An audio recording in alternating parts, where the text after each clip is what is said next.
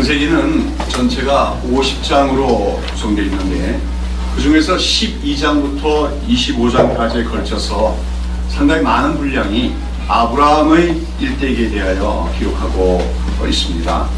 이처럼 아브라함에 대한 그 기록이 많은 까닭은 하나님께서 아브라함과 맺으신 언약, 즉 아브라함 그 언약이 이 성경에 나타나는 하나님의 구속 역사의 뼈대를 이루는 중요한 언약이기 때문이기도 하지만, 동시에 이제 그 아브라함이 믿음의 조상으로서 그 아브라함을 통해서 하나님 백성들에게 있어야 될 믿음이 어떠한 것인가 하는 것을 보여주고자 한 것이라고 할 수가 있습니다. 즉 우리가 창세기에 기록되어진 아브라함의 그 삶에서 나타나는 그 믿음의 특성은 모든 시대에 하나님을 믿는 하나님의 백성들에게 있어야 될 믿음의 샘플이라고 할 수가 있다고 하는 것이죠. 그런 가운데 우리가 그처럼 창세에 기록된 아브라함의 일대기를 쭉 살펴보면서 알게 되는 사실 중에 하나는, 하나님을 믿는 믿음이라고 하는 것은 사실상 하나님이 주시는 선물로서 어느 한순간에 일시적으로 주어지는 것인 동시에 그 믿음은 처음부터 완전한 것이 아니고 그 믿음은 점차 성장해 나가야 하는 것이다. 그런 가운데 그 믿음의 성장은 상당히 더딘 속도로 이루어지는 것이며, 또 여러 시행착오를 통해서 그 믿음은 더 연단되지고 자라난다고 하는 사실을 우리는 창세기 아브라함에 의해서 발견하게 됩니다. 지난주와 지지난주에는 창세기 15장의 본문을 가지고 아브라함이 하나님을 믿음으로 하나님부터 의롭다함을 얻었다, 하나님께서 그를 의롭게 여기셨음을 대해서 살펴보았습니다. 또 하나님께서는 많은 자손에 대한 약속뿐만 아니라 또 그 가나안 땅을 그와 그의 후손에게 기업으로 주시겠다고 하는 약속을 다시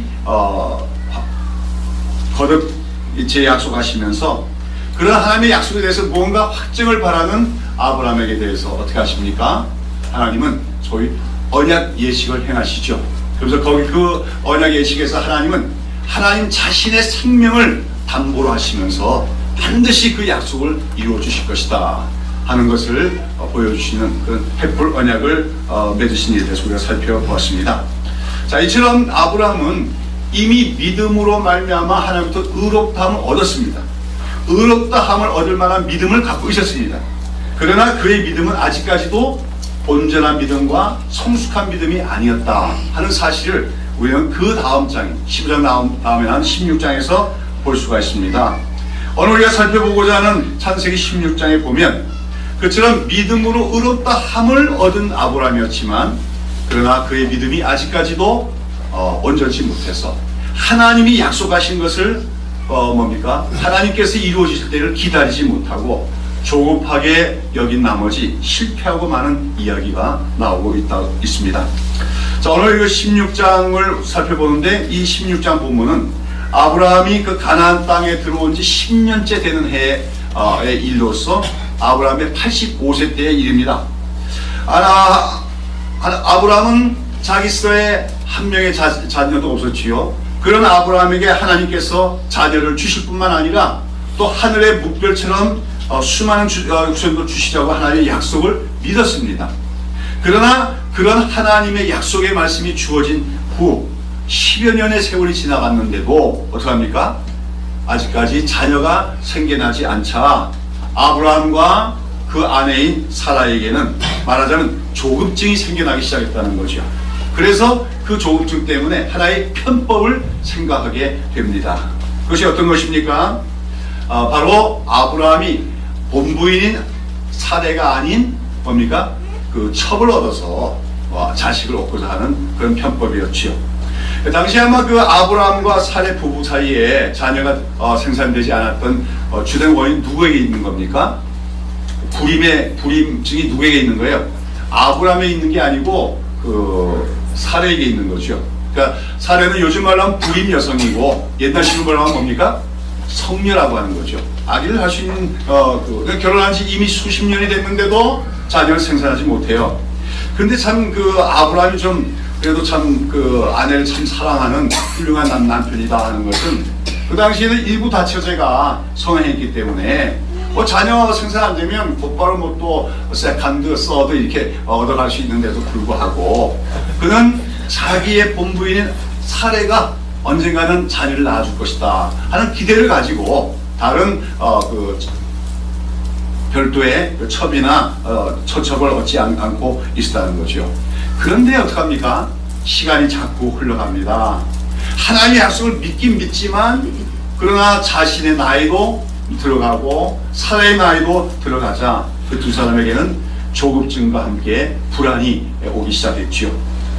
여기서 이제 우리가 아까 말씀드린 것처럼 아브라함의 믿음이 아직도 온전치 못함을 보게 되는 겁니다. 여러분, 그 아브라함은 하나님의 약속을 믿었습니다. 자녀를 주시겠다, 많은 후손을 주시겠다 약속을 믿었지만 그것을 하나님이 이루어 주실 때까지 기다리는 믿음은 갖지 못하는 거예요. 우리가 믿음이라고 하는 것은 어떤 면에서 기다림이라고 할 수가 있습니다. 뭘 기다립니까? 하나님이 행하실 때를 기다리는 거예요. 특별히 하나님이 어떤 것을 우리에게 약속하셨을 때는 그것을 하나님이 친히 이루어 주실 때까지 기다리는 것이 필요합니다. 그런데 대부분의 경우 하나님의 약속은 신속하게 이루어지는 경우가 잘 없습니다. 보통 하나님의 약속은 더디게 이루어집니다. 그래서 인간적인 생각은 이거 안 되는 거 아닌가, 이렇게까지 하나님의 약속의 말씀은 잘 이루어지지 않을 때가 많다는 거죠. 이럴 때 성숙한 믿음은 뭡니까? 현실적으로는 아직까지 그 약속이 이루어질 어떤 조건도 안 보이고 여건도 안 보이더라도 그래도 하나님을 신뢰하며 그 말씀이 이루어지기까지 하나님의 때를 기다릴 줄 아는 것이 성숙한 믿음이라는 거예요. 그러나 여기서 이제 오늘 알다시피 아브라함은 아직까지 그런 온전하고 성숙한 믿음이 아니었습니다. 그래서 여기서 뭡니까? 말하면 수를 쓰게 된다는 것이에요. 온전한 믿음은 수를 쓰지 않는 거예요. 인간적인 수단을 쓰기 시작하면 거기서 그 믿음은 실패하고 만나는 겁니다. 자, 여기서 이제 아브라함과 사레가 그 택한 편법이 무엇이었습니까? 여기서 이제 사레는 어떤 방법을 남편에게 제시합니까? 자기의 여종이 애굽 여인인 하갈을 첩으로 맞아들여서 그 여종으로부터 통해서 그 자식을 낳으라는 것이죠. 그런데 그처럼 이제 여기 사례가 제안한 방법, 즉 여주인이 아이를 낳지 못할 때 그 여종을 시바지로 삼아서 자식을 낳게 하고, 그럴 때 이제 그렇게 낳은 자식은 누구의 그 양자가 되냐면 여주인의 양자가 되어집니다. 그리고 남편의 상쇼den이 될 수가 있는 것이죠. 이런 것은 이제 그 당시 중동 고대 문화에서는 많이 사용되던, 많은 사람들이 사용하던 그런 방식이었다는 거죠. 그러나 하나님께서는 아브라함에게 내가 너에게 자녀를 주겠다, 또 그 자녀를 통해서 하늘의 별처럼 많은 후손들을 주겠다고 말씀하셨을 때 그런 인간적인 방법으로 그것을 이루라고 말씀한 것이 아니었습니다. 하나님께서는 아기를 낳을 수 없는 성녀인 그 사레의 태를 여시고 그녀를 통해서 그 약속의 자식을 주시고자 했던 것입니다만, 아브라함과 사레는 그처럼 하나님께서 친히 약속하신 것을 이루어질 때까지 그 때를 기다리지 못하고 어떤 겁니까? 인간적인 방법, 많은 사람들이 사용하는 그 세상적인 방법을 동원하고 만 것이었지요. 자, 그 결과 어떻게 됩니까? 자식을 얻었지요. 아브라함은 그 아내인 그 사례 제안을 받아들여서 그 여종인 하갈로부터 아들을 얻게는 됩니다만은 이때부터 문제가 생깁니다. 그 가정이 평안치가 못한 것이죠. 오늘 보면 다 알지 않았지만 거기 보면 하갈이 어떡합니까? 자기 임신을 했어요. 누구의 아이입니까? 자기 주인의 상전의 아이예요. 그때부터 이 여종이 뭡니까? 분수를 지키지 못하고 교만한 마음이 들어서 자기의 원래 여주인인 뭡니까? 사례를 멸시하는 행동을 하게 됐다는 거죠. 우리가 훌륭한 사람과 그렇지 못한 사람의 차이는 어떤 지위에 올라갔을 때 알게 되죠. 그 사람들부터 존경받는 자리에 올라갔지만 인격이 갖추지 않으면 그 자리에서 막말하고, 그렇죠? 그 권력을 남용하고 그런 예를 우리가 많이 보게 됩니다. 근데 참 이 가정 내에서도 마찬가지라는 거지요. 하갈은 여종입니다. 하인이지요.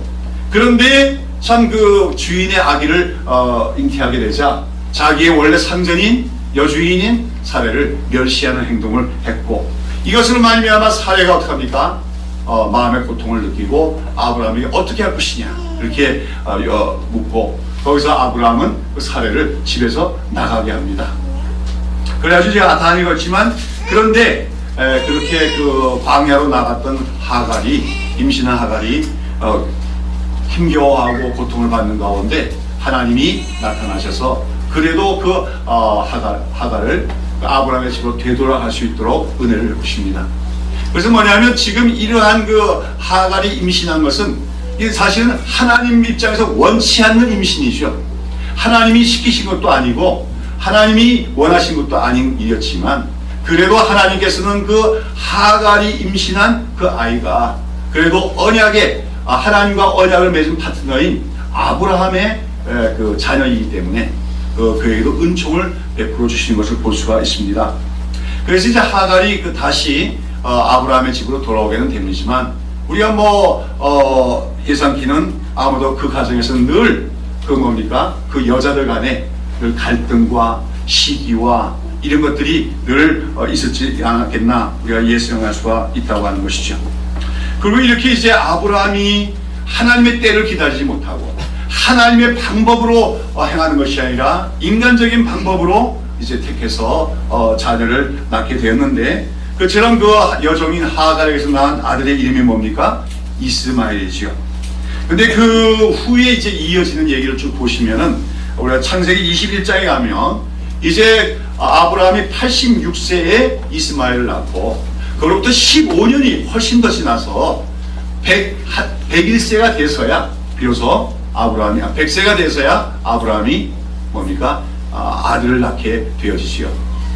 그런데 그렇게 낳은 아들이야말로 하나님이 원래 주시겠다고 한 약속의 아들인데, 여기서 어떤 문제가 발생하냐면 그 여종 하갈에서 낳은 아들인 이스마엘이 서자지요. 그 서자가 적자인 동시에 하나님이 원래 약속했던 자녀인 그 이삭을 괴롭히고 학대한 일이 발생하게 되어집니다. 그래서 결국은 나중에 아브라함은 그래도 자기가 자기 혈육이고 소생인데 눈물을 머금고 그 이스마엘과 그 엄마인 하갈을 집에서 쫓아내게 되는 그런 가정사적으로 불행한 이야기가 기록되고 있는 것을 보게 되어지지요. 근데 이처럼 아브라함이 그 하나님의 때를 기다리지 못하고 조급하게 서두르다가 인간적인 방법을 써서 자식을 낳은 실수는 당시에 아브라함의 가정에만 그처럼 어두움을 갖고 오고 여러 가지 갈등과 마찰을 가져온 것이 아니라, 문제를 일으킨 것이 아니라 오늘날까지도 이 지구상에서 문제가 되고 있습니다. 여러분 잘 아다시피 오늘날 중동 지방은 지구의 화약고라고 불릴 정도로 민족 갈등이 심한 지역이죠. 왜 그렇습니까? 특별히 지금 이스라엘 땅에서는 이스라엘과 팔레스타인 간에 그 긴장과 마찰이 지속되고 있고 항상 준전시 상황이나 다름이 없습니다. 그리고 또 중동 전 지역에서는 항상 그 아랍인들과 이스라엘 사람들 가운데 언제 전쟁이 벌어질지 모르는 위험을 늘 안고 있다고 하는 것입니다. 자, 그런데 그처럼 이 끊임없이 이 전 지구에 긴장을 고조시키고 있는 이 이스라엘 민족과 아랍 민족 간의 갈등의 씨앗을 누가 뿌렸습니까? 아브라함이 뿌렸다고 할 수가 있는 것이죠. 아랍 사람들이라고 하는 것은 이제 그 계보적으로 혈통적으로 보면 아브라함의 후손이라고 그들은 믿고 있습니다. 즉 아브라함이 원래 처음 나왔던 이스마엘의 이 자기들의 조상이라고 믿는 사람들이 아랍 민족이죠. 그 이스라엘 사람들이 이제 자기 조상이 누구라고 얘기합니까? 이삭이라고 믿죠. 근데 아랍 사람들이 이제 대부분 종교인 그 이슬람에서 보면은 그 아브라함의 원래 진짜 장소는 이삭이 아니라 이스마엘이라고 그렇게 코란에서 되어 있지요. 그러니까 이제 아랍 민족과 이스라엘 민족 서로 누가 더 적통이냐 이런 어떤 그 갈등이 있다고 하는 거예요. 그러니까 아랍 사람들은 아브라함이 제일 처음 난 아들이 장남이 아니냐, 이스마엘이. 우리는 그 후예다. 그러므로 우리가 아브라함의 진정한 뭡니까? 적통이다 얘기하는 것이고, 이제 유대인들은 또 그와 반대로 아브라함이 본부인인 사라에게서 낳은 뭡니까? 이삭만이 아브라함의 적자고, 그러므로 이스라엘 민족, 유대인 우리가 아브라함의 적통이다, 이렇게 하면서 서로 분쟁하고 있다는 거죠.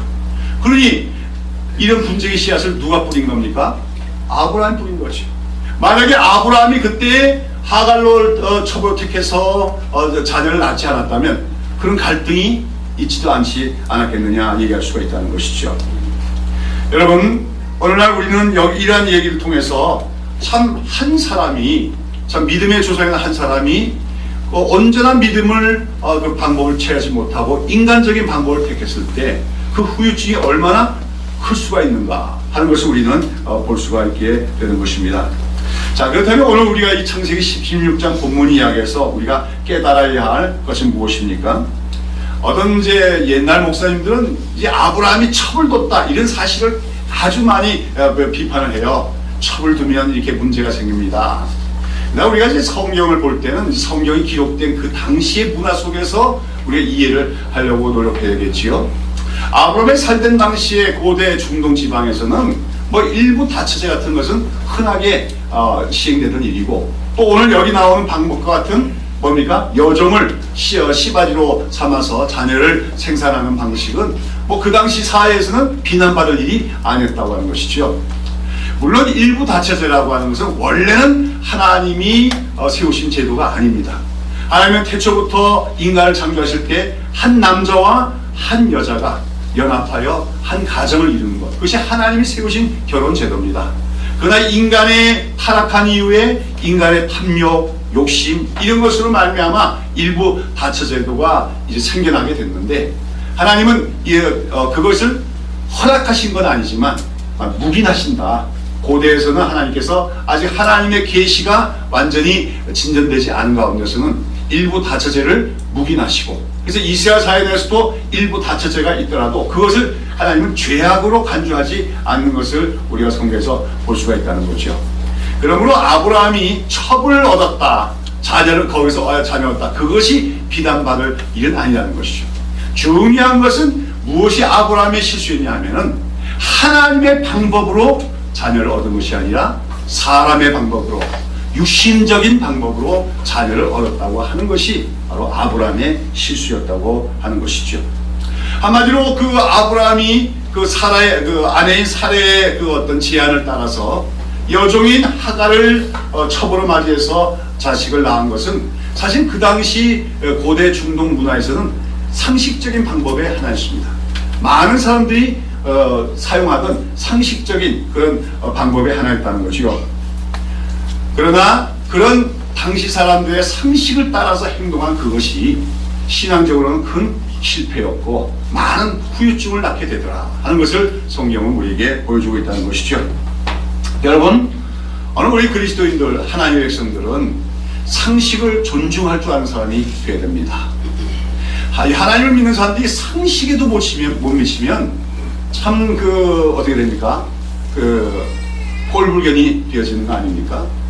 뭐 또 이번에 세월호 사건 이후에 또 이 기독교 인사들이 그 막말에 참여해가지고 왜 안산의 단원고 학생들은 다 가난한 학교 학생들인데 수학여행을 경주나 설악산 같은 데 가까운 데 가면 되지 배 타고 제주도까지 가다가 그 변을 당했냐, 어떤 한기총의 부회장까지 하는 공직에 있는 사람이 그런 막말을 하는 거예요.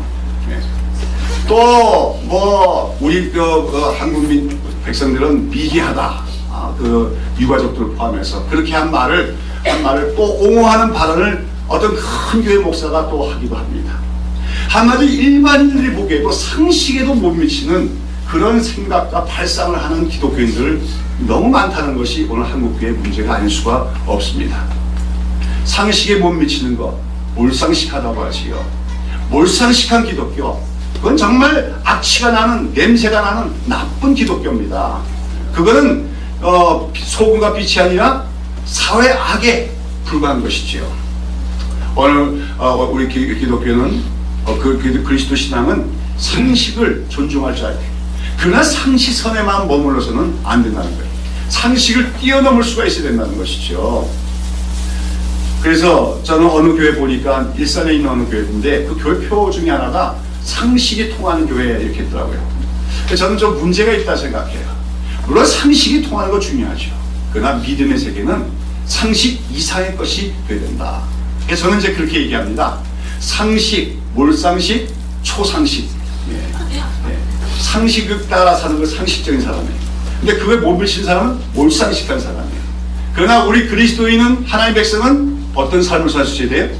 초상식, 상식을 뛰어넘는, 그것이 바로 뭐냐면 믿음으로 사는 것, 그것이 바로 초상식의 삶이라고 할 수가 있다는 것입니다. 특별히 하나님의 일을 함에 있어서는 우리가 하나님의 약속을 받고 그 약속을 이루는 과정은 상식을 따라서 이루어지는 것이 아니라, 상식적인 방법으로 하는 것이 아니라 하나님의 방식대로, 하나님의 방법대로 되어야 되는 것입니다. 그것이 바로 믿음으로 행하는다는 것이죠. 여러분, 아브라함이 자식을 낳는 일, 그건 그 개인의 일과 그 가정만의 일이 아니었지요. 하나님은 그 자식을 낳게 하시고 그를 통해서 구속 역사를 이루어가겠다고 하는 계획을 갖고 계신 거예요. 그리고 그 자녀를 통해서 이루어질 후손들 가운데 장차 메시아 그리스도가 오실 것이고, 그 그리스도로 말미암아 모든 인류를 구원받는 하나님의 구속 계획입니다. 그렇기 때문에 지금 아브라함이 지금 자녀를 기다리고 있습니다만은, 그 자녀를 낳는 일은 자기의 일이 아닌 누구의 일이었습니까? 하나님의 일이었다고 하는 것입니다.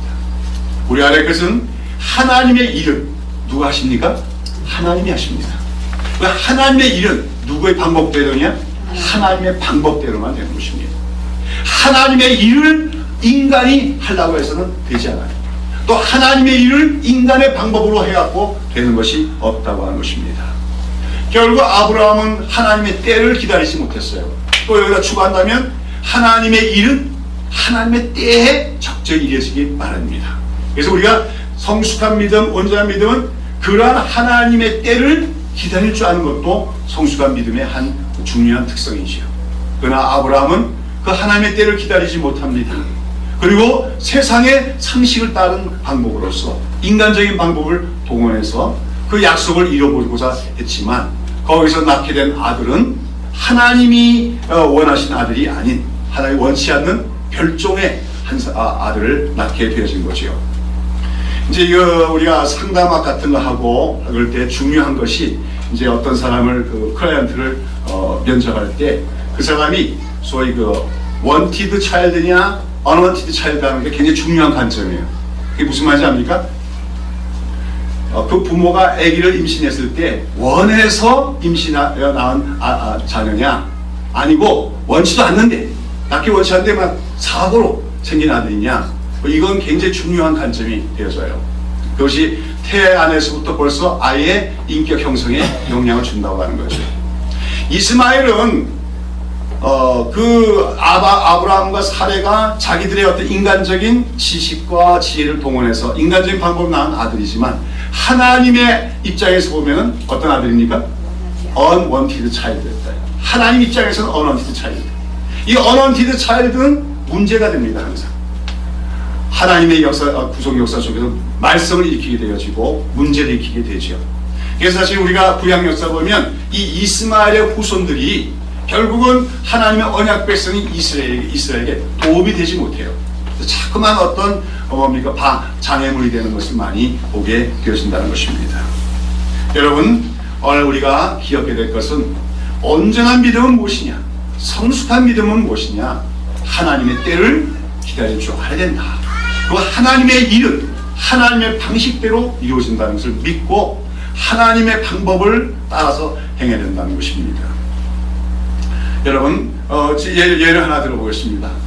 이제 어떤 교회 다니는 여자 청년이 기도하는 가운데 이런 하나님의 음성을 듣다고 합시다. 너는 장차 목사의 사모가 되어라. 그러면 어떻게 하면 될까요? 그날부터 이제 부지런히 돌아다니면서 신학생들 만나고 증거서 달라고, 그렇게 하면 그게 이루어질까요? 아니죠.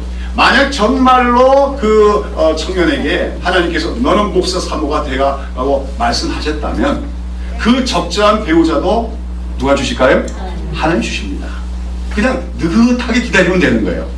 그런데 이제 자기가 목사 사모가 되리라고 하나님이 약속을 주셨는데 그걸 기다리지 못하고 아무 신학생이나 만나서 데이트하고 중매받고 그러다가는 엉뚱한 데 시집가가지고 나중에 고생 바가지를 쓰게 됩니다. 이런 경우도 굉장히 많아요. 하나님은 때때로 우리에게 중요한 일을 행하실 때 어떤 약속을 주실 때가 많아요. 그때 그 약속을 우리가 성취하는 과정에서 중요한 것은 하나님의 때를 기다릴 줄 아는 것이고, 하나님은 약속하셨다면 그 약속한 것은 분명히 누가 하나님이 친히 이루어 주실 것을 믿고 신뢰하는 것이 우리가 가져야 될 믿음의 자세인 줄로 믿습니다. 그러나 아브라함은 그렇지 못한 것이죠. 자식을 주겠다 했는데 자식이 주어지지 않습니다. 시간이 흘러갑니다. 나이는 점점 먹어갑니다. 늙어가고 있어요. 거기서 그만 편법을 썼는데 거기서 하나님이 원치 않는 어넌티드 차일드인 이스마엘을 낳게 되고, 그것이 가정의 불행의 원인이 되고, 또 나아가서는 하나님 구속 역사 속에서도 여러 가지 문제를 일으키게 되어진다고 하는 것이죠. 자, 이런 가운데 우리가 아브라함이 아무튼 하나님의 때를 기다리지 않고 인간적인 방법을 통해서 이제 아들을 낳게 되었는데, 여기서 이제 아브라함이 그런 실수를 하게 된 까닭은 무엇입니까? 그것은 아브라함이 아직까지도 자기의 육체를 신뢰할 수 있었기 때문이라는 거예요. 아시겠습니까? 당시 아브라함이 나이가 몇이라고요? 85세. 우리나라에서는 85세면 이제 뭐 자녀 생산하기는 포기해야겠죠, 그렇죠? 모르겠어. 아주 그 정력이 뛰어난 노인이면 모르겠고. 그런데요, 그 당시는 보니까 수명이 뭐 130세도 살고 150세도 살고, 그러니까 지금하고는 나이 계산법이 다르고, 그러니까 85세라 해도 요즘으로 하면 50한 중반이나 뭐 이렇게 되지 않겠나 생각하겠습니다. 그러니까 아직까지 아브라함은 무슨 능력이 있었어요? 생식 능력이 있었다는 거죠. 사라는 시간을 계속 결혼 생활 해보니까 불임증이 있는 것이 분명합니다. 그러나 아브라함은 지금이라도 여자와 동침하면 뭡니까? 씨를 뿌리고 아기를 낳을 수 있는 능력이 있는 남자였다는 거죠.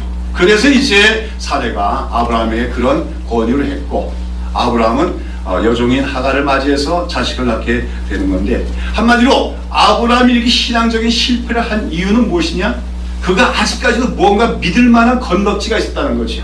아직까지 남성으로서의 생식 능력, 육체적인 능력을 의지할 수가 있었기 때문에 실수한 것이라고 얘기할 수가 있다는 것입니다.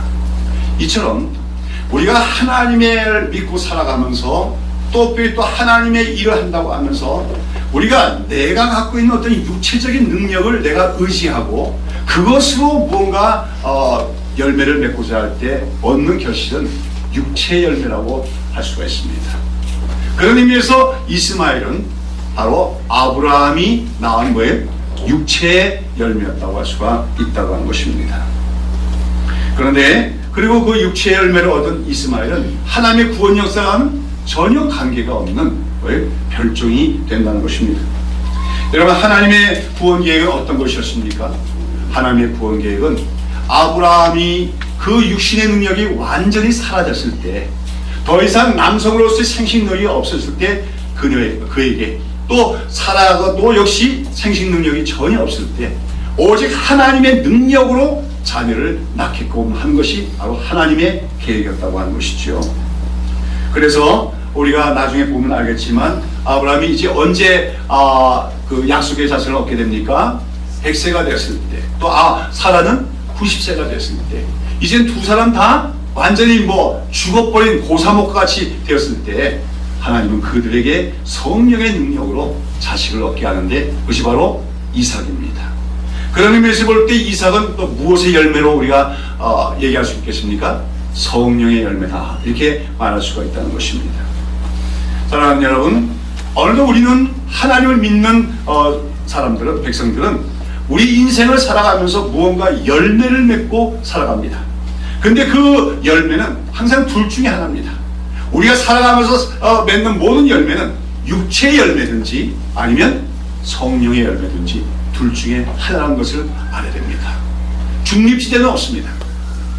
그런 가운데 우리가 아직도 내 인간적인 능력을 의지해서 내 지식과 내 지혜, 또 내 육체적인 어떤 신분, 조건, 이런 걸 내가 자랑하며 그것을 의지하여 어떤 일을 행하는 모든 일들은 다 육체의 열매일 수밖에 없음을 알아야 됩니다. 그러나 우리가 하나님 앞에서 우리는 철저히 무능력함을 고백하며 오직 성령을 의지하여 살아가며 성령을 쫓아가며 살아갈 때 맺어지는 열매들은 성령의 열매라고 할 수가 있다고 하는 것이죠.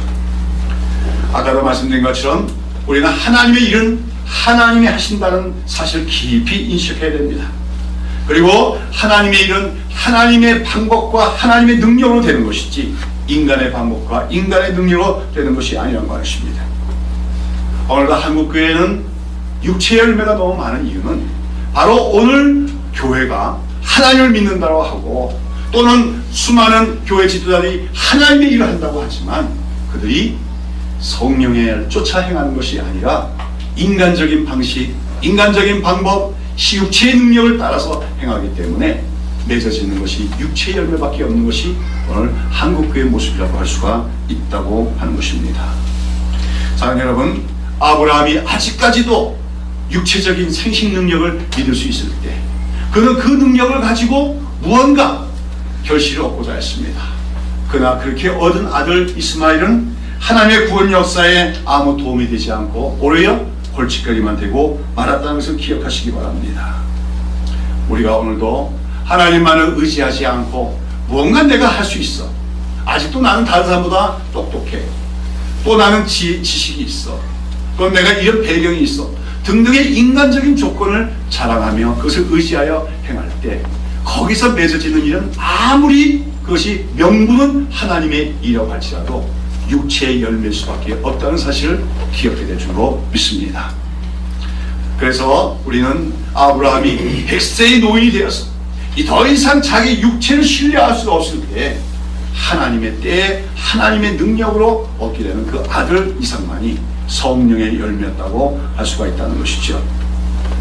그런 의미에서 오늘도 우리는 참된 할례당들이 되어야 됩니다. 빌립보서 3장 3절 말씀은 굉장히 중요한 말씀이에요. 빌립보서 3장 3절 말씀 한번 찾아보실랍니까?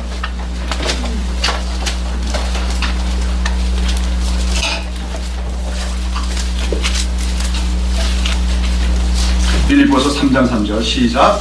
하나님의 성령으로 봉사하고 그리스도 예수로 자랑하고 육체를 신뢰하지 않는 우리가 곧 할례당이라. 우리가 곧 할례당이다. 할례당은 참으로 할례 받은 자라는 말이에요. 그래서 참으로 할례 받았다는 건 어떤 육신의 할례 받은 걸 얘기하는 게 아니라 마음의 할례를 받은 것을 얘기합니다. 하나님은 육신의 할례 받은 자를 참된 하나님의 백성을 여기지 않습니다. 참된 하나님의 백성은 할례를 받되 어디에 할례를 받은 사람이에요? 마음의 할례를 받은 자예요.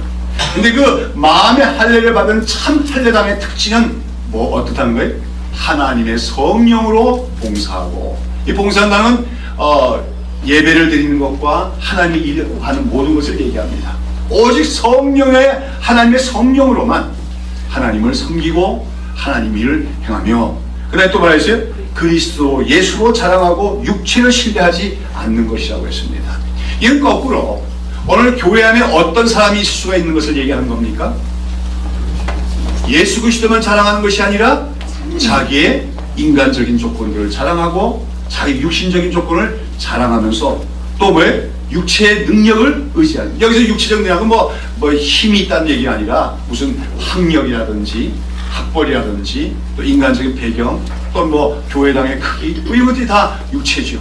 그런 걸 신뢰하면서 하나님의 성령으로 하나님을 섬기지 않는 것, 하나님의 일을 하지 않는 자들, 그런 사람은 말하면 뭐라는 거예요? 가짜 할례당이다 하는 말씀이죠. 한마디로 참된 하나님의 백성들은 어떤 사람입니까? 하나님의 성령으로 하나님을 섬기는 사람들입니다. 그 그리스도 예수의 십자가만 자랑하며 자기 육체를 의지하지 않고 오직 하나님의 능력만 의지하는 사람, 그 사람이 참된 할례당이고, 그런 하나님의 백성들이 일상 모든 삶을 살아가면서 하나님을 의지하여 살아갈 때 맺게 되는 열매가 바로 성령의 열매임을 기억해야 될 줄로 믿습니다. 얼마나 가졌는가, 얼마나 배웠느냐, 얼마나 크냐 등등 인간의 외적인 조건을 자랑하는 사람은 아직도 하나님의 일을 이해하지 못하는 거짓 할례당에 불과합니다. 참된 하나님의 사람은 날마다 자기를 부인하며 자기를 십자가에 못 박아 죽이며 오직 범사에 하나님의 능력, 성령의 인도하심을 쫓아 살아가는 삶이라는 것이죠. 자, 여러분, 아브라함은 자기가 아직 자신의 육체의 능력이 있는 동안에는 육체를 의지하였기 때문에 인간적인 방식으로 행하다가 하나님의 일을 오히려 그치고 말았습니다. 그러나 그 후에 세월이 더 지나가서 그의 육신적인 능력이 다 사라지게 됐을 때 온전히 하나님만을 의지하게 되어지고, 그럴 때 하나님은 그 약속의 자손을 주시게 되어진다는 것이죠. 그러므로 오늘 우리는 세상 사람들은 무엇을 자랑합니까? 육체를 자랑하면서 살아요. 인간들은 한마디로 오늘 세상에 신문에서 보든 TV에서 보는 건 다 육체적인 자랑의 전시장이라고 얘기할 수 있습니다. 누가 더 크냐, 누가 더 아름다우냐, 그렇죠? 그 다음에 누가 더 부유하냐, 누가 더 지식이 많으냐 등등 가지고 인간은 서로 비교하며 거기에서 더 고지에 올라가려고 노력하며 경쟁하며 사는 것이 세상 사람들의 삶의 방식입니다. 그런데 우리는 그런 속에서 그런 것을 추구하며 그런 것을 의지하여 살아가는 사람들이 아니라 오히려 우리의 부족함과 우리의 무능력함을 오히려 하나님께 앞에서 감사하며 자랑할 수 있는 사람들이 되야 될 줄로 믿습니다. 사도 바울은 고린도후서 12장 10절에서 말하기를 내가 약할 그때가 곧 강함이라고 그는 고백하고 있습니다. 바울은 사실은 이전에는 자랑할 만한 것이 많은 사람이죠. 좋은 가문과 많은 학력이 있었습니다. 또 지식도 많았습니다. 바리새인으로서 열심도 있었습니다. 그러나 예수 그리스도를 만난 후에 그 모든 것을 배설물로 여기면서 오히려 자기에 있는 연약함들, 육체적인 질병과 가난과 핍박받는 것, 이런 것들을 오히려 자랑한다고 했습니다. 왜요? 그 자신의 연약함 때문에 누구만을 의지할 수 있기 때문에 하나님만, 주님만 전적으로 의지할 수 있었기 때문에 그것이 자기에게 주어진 하나님의 족한 은혜라고 그는 얘기하고 있다고 하는 것입니다. 사랑하는 여러분, 오늘도 우리 사회는, 인간 사회는 계속해서 사람들을 경쟁하도록 부추기고 있습니다. 그래서 육체적인 능력을 더 많이 갖게 되는 것이 성공이라고 얘기하고 있습니다. 그러나 그 육체적인 능력을 자랑하며 그 열심히 해서 이루어내는 모든 것들은 육체의 열매에 지나지 않습니다. 그런 가운데 우리는 오히려 그런 것보다도 우리의 여러 가지 연약함 때문에, 때는 내가 없는 것 때문에 오히려 하나님만을 의지할 수 있다면 그것이 사실은 진실한 감춰진 축복임을 기억하는 우리가 되어야 될 줄로 믿습니다. 가난합니까? 가난하기 때문에 주님만을 더 의지하십시오. 그것이 여러분의 복입니다. 여러분 두드러진 똑똑함이 없습니까? 그러면 하나님 의지하십시오. 지혜 달라고. 그럴 때 하나님은 신령한 지혜를 주실 줄로 믿습니다. 특별히 오늘도 말씀 주신 것, 제가 전한 것처럼 특별히 하나님, 온전한 믿음은 하나님의 때를 기다릴 줄 아는 것이다. 내가 먼저 나서서 내 힘으로, 내 열심으로 뭔가 이루려고 하는 것이 아니라 하나님의 때를 기다릴 줄 아는 것이다. 특별히 하나님이 약속하신 어떤 것이 있을 때 그것을 참고 인내하며 기다리는 믿음이 성숙한 믿음이고 온전한 믿음인 줄로 믿습니다. 우리 개개인에게 하나님은 약속도 주시지만 특별히 교회에게도 약속을 주십니다. 여러분, 우리 새벽이슬교회에게 분명히 하나님 주신 약속의 말씀이 있습니다. 누가복음 12장 32절에서 주님은 말씀하십니다. 적은 무리여 무서워 말라. 너희 아버지께서 그 나라를 너희에게 주시기를 기뻐하시니라고 했습니다. 누구에게 주신다고요? 많은 무리에게? 큰 무리에게? 힘 있는 무리에게? 아닙니다. 참 보잘것없는, 정말 한 줌도 안 되는 그 제자들, 그러나 그 예수님은 그 제자들에게 적은 무리여 무서워 말라. 너희 아버지께서 그 나라를 너희에게 맡기시기를, 주시기를 기뻐하시냐고 말씀하셨습니다. 오늘 이 한국교회, 무너져가는 한국교회는 다시 세워져 나가야 됩니다. 다시 말하자면 하나님 나라가 다시 새롭게 세워져 나가야 되는 거죠. 그 일을 하나님은 누구에게 맡겨주실까요? 능력이 많고 자랑할 것이 많고 외형적인 성장과 크기를 자랑하는 그러한 무리들에 의해서 이루어지는 것이 아니라 하나님은 정말 작고 보잘것없지만 오직 하나님만 의지하는, 하나님의 능력만을 의지하는, 그러면 하나님이 약속하신 것을 하나님의 때에 적절하게 이룰 수 있도록 믿고 참고 기를 줄 아는 그 적은 무리를 통해서 하나님의 그 뜻은 이루어질 줄로 믿는 것입니다. 참 우리가 이 아브라함의 얘기를 쭉 살펴보면서 참 감사하고 또 위로받을 수 있는 것은 무엇입니까? 아브라함은 믿음의 조상이라고 불립니다. 그러나 그의 믿음이 처음부터 완벽하고 처음부터 견고한 믿음이 아니었다는 것이죠. 그러니까 창세기 12장에 보면 그가 한때는 믿음이 없어서 즉 인간적인 방법으로 남자라도 부끄러운 일까지 합니다. 그러나 그런 아브라함을 하나님은 사랑으로 돌보시며 양육해 주십니다. 그런 가운데 그 믿음이 점차점차 자라가고 있어요. 그러나 오늘 살펴본 것처럼 또다시 비록 하나님을 믿기 때문에 하나님께서 의롭다함을 얻고도 있지만 그러나 아직까지도 그 믿음이 온전치 못하여서 하나님의 때를 기다리지 못하고 하나님의 방법으로 행하는 것이 아니라 인간적인 방법을 택했다가 실패하는 또 모습을 보게 되었습니다. 그러나 아브라함의 일대기 전체를 멀리한 그런 아브라함을 하나님은 내버리지 않습니다. 계속해서 그를 돌보시고 또 그에게 다시 말씀을 주시고 그런 가운데 인간적으로는 점점 연약해지지만 그러나 그 속에서 그의 믿음은 점점 견고해지며 나중에 온전한 믿음의 자리까지 이르는 것을 보게 되어진 줄로 믿습니다. 사랑하는 여러분, 오늘 이러한 아브라함의 믿음의 양육 과정과 성장의 과정이 우리 모두의 이야기가 될 수 있기를 바랍니다. 우리 믿음이 오늘 하나님을 믿습니다. 예수 그리스도의 십자가의 은혜를 믿습니다. 우리는 그 믿음으로 이미 의롭다함을 얻었습니다. 그러나 우리는 의롭다함을 얻는 구원을 얻는 믿음에서만 머무를 것이 아니라 우리가 온전히 하나님을 의지하며 모든 일을 행할 때 내 뜻과 내 지혜와 내 능력을 의지해서 행하는 것이 아니라 오직 하나님의 능력을 의지하여 하나님의 때에 하나님의 방법을 이루시도록 믿고 신뢰함으로써 우리 삶에서 마침내 육체의 열매들이 아닌 성령의 열매만을 맺어낼 수 있는 그런 참된 하나님의 백성이 다 될 수 있기를 예수님의 이름으로 축원합니다. 기도하십니다.